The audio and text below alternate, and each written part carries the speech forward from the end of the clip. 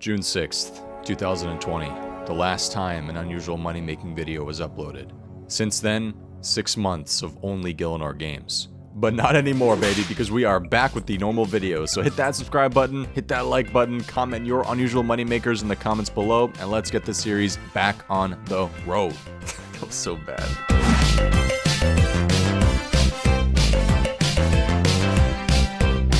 If you happen to forget what we do here, I pretty much find unusual and strange ways to make money around the game and bring them to you. Recently, I created a leaderboard for your unusual moneymakers that you can find in the description, and you can check out all the previous methods we've tried out. If you find an unusual way to make money and want me to try it out on a video, comment below or send me a DM on Twitter or Discord, and I may just try it out. Don't forget that I'm not searching for the best moneymakers in the game, just unusual methods that very few people do to make some GP. And today, I've got 8 more methods for you all, including one that Jagex never wanted me to discover. But you know what else I discovered? Manscaped. There's something we need to talk about. We all know that to clean up and look good, we go to the Falador hairdresser. Now, he does a good job, but he only does work up top. The work downstairs, like on your balls, needs to be done by you. This is why when Manscaped reached out to me and sent me their performance package kit, I was extremely grateful. Let me tell you, this package legit has everything you will ever need to get the job done. They've got the new Lawnmower 3.0 waterproof trimmer that reduces nicks and cuts, and when you're done, you can use, you guys are gonna love this, their ball deodorant called the Crop Preserver. I didn't think I needed this in my life until now, and now I don't think I can ever go without it. It doesn't stop there though. They've got a weed whacker for nose and ear hair, and the shears for your toes and nails. You're gonna come out of this looking like a new man. They also sent me a t-shirt and a newspaper, so I can't complain. And here's what's even better. If you use my code SOUPRS at checkout, you not only get 20% off, you not only get free international shipping, but you also get 2 free gifts that include the Shed travel bag and anti-chafing boxer briefs. Simply using my code SOUPRS at checkout. It's a perfect gift for the upcoming holidays. Your balls and body will thank you. Let me tell you the story of the weirdest unusual moneymaker I've ever done. The one that Jagex never wanted to happen. Back in July of this year, I noticed that Ornate maul handles were at an all-time low, costing only 322k each. If you didn't know, adding an Ornate maul handle to a granite maul reduces the granite maul spec from 60% to 50%, so they're very popular to use in PvP. Jagex made it so that when you die with the Ornate maul, it turns into 375k. Now here is where the original unusual moneymaker came from. The granite maul costed me 43k, and the maul handle costed me 322k for a total of 365k. The prices were so low that all you had to do was buy the 2 parts, combine them, and then just simply suicide in the wild. When you die, the maul turns into 375k cash. So if you suicided with 28 of these in your inventory, you would make 280k profit per inventory. Buy limits of course would come into play here, but doing this could easily net you 500k an hour. I don't think Jagex ever expected the prices to get so low that you could just abuse suiciding with these things in your inventory to make money. But here's where things get complicated. I discovered this method in early summer, and I plan to revisit it at the end of the year for this video. I spent the majority of the summer and early fall editing Gillinar games, so I missed a lot of the updates that revolved around gravestones which were added into the game this year. So a couple of days ago, when I tried the method out, I realized that I could no longer simply suicide in the wild because my gravestone would be there instead of my cash stack, and I only had the option to rebuy the Ornate maul instead of just claiming the cash. So instead, I got on my second account and killed this account while skulled with the maul in my inventory.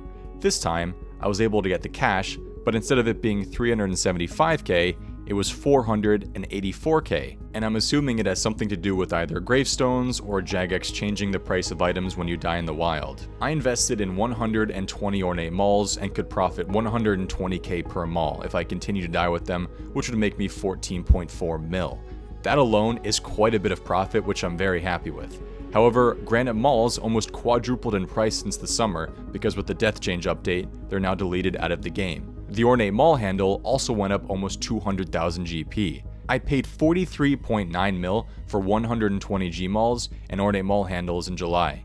Today, I sold 118 of them for 86 mil for a profit of 42 mil. What an unusual journey this method has been. Now, you may be thinking, but technically this is just an investment, not an unusual moneymaker. Well, you're right, but f*** you. I'll take my 42 mil profit.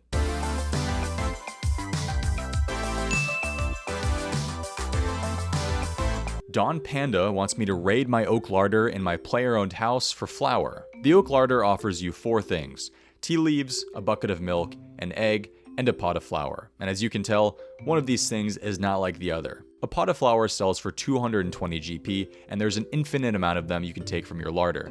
It's as simple as clicking on your larder, pressing 4, and it's in your inventory. I hopped on my Iron Man for this since I have the crafting and construction cape, so I had super quick and free access to my house and a bank. An average full inventory and trip to the bank took around 50 seconds if I was fully paying attention, but I found out about halfway through that if you spam 4 on your keyboard and correctly time clicking on the larder, you can collect the flour faster than normal. If you were to consistently do this, you could realistically take less than 40 seconds a trip. However, it's a lot of clicking, and I don't necessarily have the attention span for it, but it is an option. After an hour, I ended up with 3,107 pots of flour. I drop traded them all over and sold them for 652k. That is really good, and it's not even the max amount of GP you can make per hour. If I had consistently collected the flour quickly, sold them for med price instead of going 5% lower, and positioned the larder a bit closer to my house entrance, I probably could have made close to 750k an hour. I did save some money, of course, on house teleports because of my construction cape, but you'd only lose about 50k GP an hour on teleports if you use house tabs or runes. This is an amazing rebuild moneymaker since all that's required is a 33 construction oak larder and a teleport close to a bank. Really good method.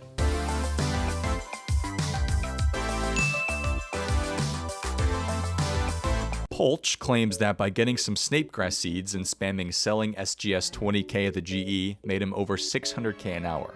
Not gonna lie, pretty cheeky. I need to try this one out. Alright, here we go. 20 Snape grass seeds, selling SGS 20k. Come on, let's get some trades. Okay, here we go. 2 trades. Zuck and Blackbeard's one in. Let's try Zuck first. 1 seed, 20k. That's all I'm asking. Okay, 20k. Oh, Zuck's out. What about Blackbeard's? 1 seed, 20k. 1 SGS. 20 GP. Do I have to accept the trade? I'm accepting it. You know what? I'm accepting it. Oh, Zuck wants back in. He wants to get back in. He realizes the investment is worth it. 20k. Please accept. Yes. Trade 2. Yes. Okay, one world. Profited us 20k. Well, we lost a little bit of money off the first one, but thank you very much. Selling AirPods 100k. What? Wait, Blackbeard's is selling AirPods? Oh my god, what is this gonna be? Okay, I will buy for 10k. I will buy for 10k. Incredible investment. Beautiful. That's not funny, man. You know what? What a first world, man. Selling SGS 20k. Okay, Plexi, my friend. Would you like to purchase 1 SGS 20k? Nope, he doesn't want in. But he says, Lemafau. Selling greens. Would you like 1 SGS, my friend? He does not. Idiot. Jesus, would you like to buy 1 SGS for 20k? He puts up 20k. First trade. Second trade. Sold. Yes, the third SGS sold. The second one for 20k. 4KT Slimeball puts up 20k. Will he accept? He's reduced it to 10k. You know what? I'll take it. 10k is profit. Thank you. This is the best SGS. Amazing price. I loved the AirPods idea, so I added those to my inventory as well, but I chose balls of wool instead of air orbs since they were cheaper and looked better. Mr. Play Now accepts another 20k for an SGS. Are you interested in some AirPods? No. Why not? Sensei. Ooh, Sensei. Are you interested in some AirPods? I know you are. AirPods, my friend. Amazing deal just for you. Why? Come on, please. I know you need them. He thinks it's funny at least. Oh, he wants back in. He wants back in. Please, 1 pair. Tell you what. Oh, he put up 25k. Thank you, my friend. Yes, trade 1. Okay. We sold him. 1 pair of AirPods, 25k. Enjoy music. Great deal. Thank you, brother. This is awesome. This is way more fun than I thought. After an hour, I sold 10 Snape grass seeds and some AirPods for 190k and a washing bowl. A funny method that gave me some laughs and has a lot of different possibilities too. A DFS could be a dragon fruit sapling, ACB could be an adamant chain body, tacets could be proselyte tacets. You can get creative with it. Thanks, Polch.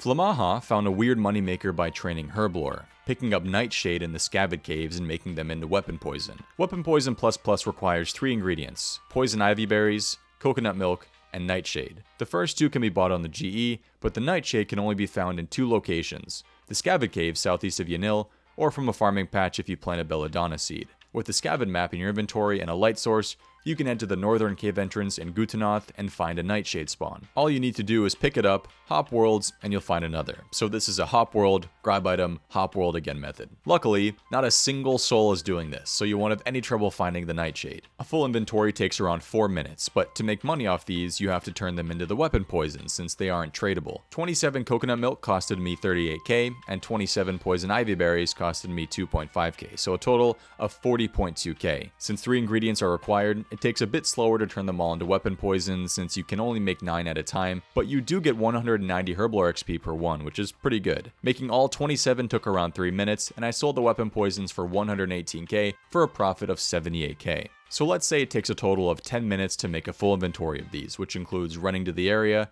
grabbing them all, buying the other ingredients, making the potions, and then selling them. So 78k profit in 10k minutes times 6, and we're looking around 465k an hour, which is really good. Nightshade has a theoretical value of 3k, so it's like picking up a free adamant kite shield every time. But you're making more money off turning it into the poison, and you get herblore XP, so this is a really great method. A bit boring, but unique and unusual. Thank you, Flimlahala.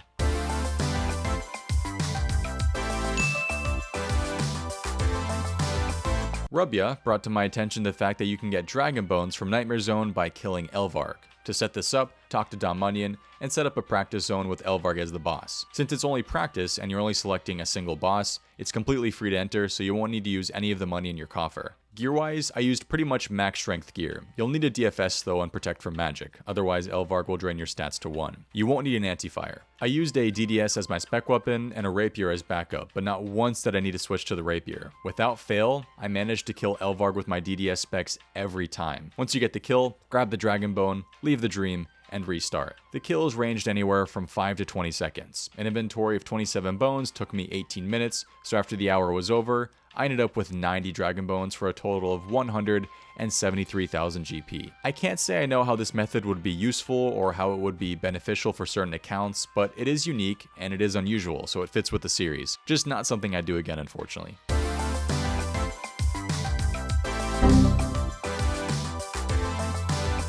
Jeff on Twitter suggested I try out the chill moneymaker of opening up grubby chests in the 4th dungeon. The grubby chest can be opened by using a grubby key on it, and grubby keys can be obtained by killing monsters within the 4th dungeon. The grubby chest has a pretty large variety of loot you can get, and you have a food roll, potion roll, and a main roll. You'll need 57 thieving, and you need to have all the temple gates unlocked in the dungeon. You won't profit off the food and potion rolls, but there's a good chance you profit off the main rolls. Combined, each key will make you around 50k. The quickest way to get to the 4th dungeon is to teleport to the spirit tree just southeast of the dungeon. However, I don't have a spirit tree planted there, so I used my Karet's Memoirs book to teleport just northeast of the dungeon, which is around 5 seconds slower. Each key will give you quite a bit of loot, so I limited the amount of keys I brought per trip to 3, and I would usually just leave the cheap items on the ground, like the egg potatoes and some of the super potions. I purchased 50 grubby keys off the GE for 42k each for a total of 2.1 mil. I underestimated how long it would take to use all these keys. Using 50 keys took me 25 minutes, and thanks to the RuneLite loot tracker, it shows that all the items I received from the chest totaled 2.5 mil. However, some of the items were left on the ground,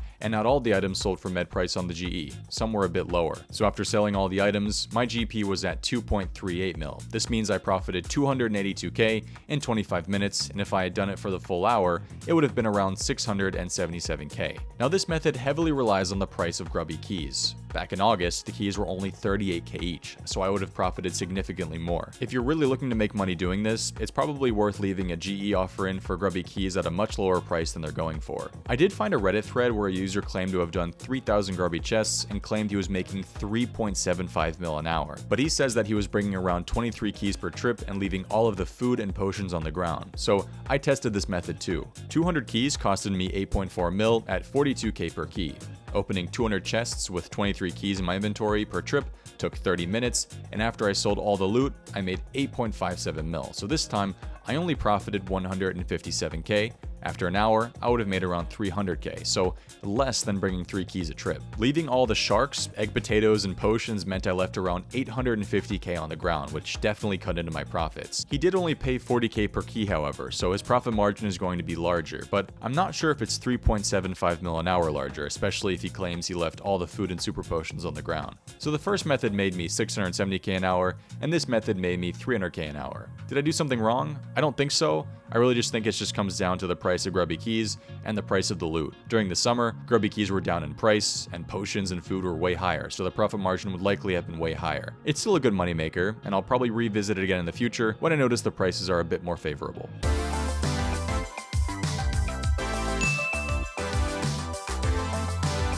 Kenny and Jens both suggested I sell rune items to shops. Rune warhammers to Skullgrim's Battle Gear shop in Relica, and rune plate legs, plate skirts, and chain bodies to Sedu's Adventurer's store in Narda. Depending on GE prices, you can make around 2.5k per warhammer, 3.7k per plate skirt and plate leg, and 2.9k per chain body. All of those items have 70 buy limits on the GE, so I bought 70 of each for a total of 9.2 mil, and began the long and tedious process of selling those items to the shop. As with most shops, if you sell an item to it, the price goes down, which means you'll make less GP per item. So I decided that selling one item per world would be best since I'd be making the most profit. It is worth noting, however, that you can still profit by selling up to 3 or 4 items per world, but I decided to go with one. Now at first, most of the worlds were empty and I was able to sell the items off quickly. However, the shop is very popular, especially for Iron Men to sell their items to, and the stock of the shop seems to go down very slowly. So with about 15 of my legs and chain bodies left, I could no longer find an empty world, so I decided to put that shop on hold and move on to the Warhammers, which I had no issues with since I feel like that shop doesn't see much activity. I was able to sell off all the Warhammers fairly quickly, move back to Narda, and sell off the rest of my items. The entire process took about an hour and a half, and at the end, my cash stack totaled 10.1 mil, which means we profited 900k off the initial investment of 9.2 mil, which isn't too bad. It did take longer than an hour, but selling these 4 items was around 600k an hour. If I were to do this consistently, I would definitely wait for off-peak times so the Narda shop in particular wouldn't be so busy. It is your typical world hop method, but it's one of the better ones we've had.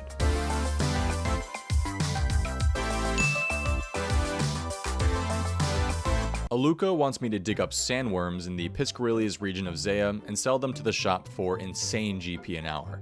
Now, when you guys include the word insane in the methods you recommend, my expectations are immediately high. Sandworms can be dug up in the northeastern region of Piscarilius with a spade and inventory of buckets. You may remember them from getting your Piscarilius favor up. The interesting thing is, the higher your hunter level is, the more money you'll make. You have a chance to get buckets of sand here as well when digging up the sandworms, but if you have a high hunter level, the chance goes down. So a high hunter level is actually pretty beneficial here. The method itself is pretty simple. Dig up the sandworms, and if you get a bucket of sand, just empty the bucket and keep digging. The nice thing is, when your inventory is full, you just need to spam left click on all the buckets and the sandworms will all stack in your inventory. You can get anywhere from 1 to 5 sandworms per bucket, and getting a full inventory of only sandworms will take around a minute and a half. After an hour of digging, I ended up with 2,288 sandworms. Now, Aluka said I should sell them to the shop, and while the shop does buy them for 76 GP, it goes down by 1 GP every time you sell a sandworm, so the more reliable option is the good old Grand Exchange, where they sell for a steady 92 GP and don't go down in price. I sold all of the sandworms for 210k, and to be honest, it's not the worst method in the world, but Aluka told me it would be insane GP an hour. Is 210k insane for this method? I don't know. You guys tell me. Meh. Thanks for watching this video. If you want, make sure to check out Manscaped in the description below to get 20% off your order on top of the Christmas deals they already have. If you haven't already, make sure to subscribe to the channel, like the video, and comment your unusual ways to make some money. And for the first time in 6 months, the outro is back.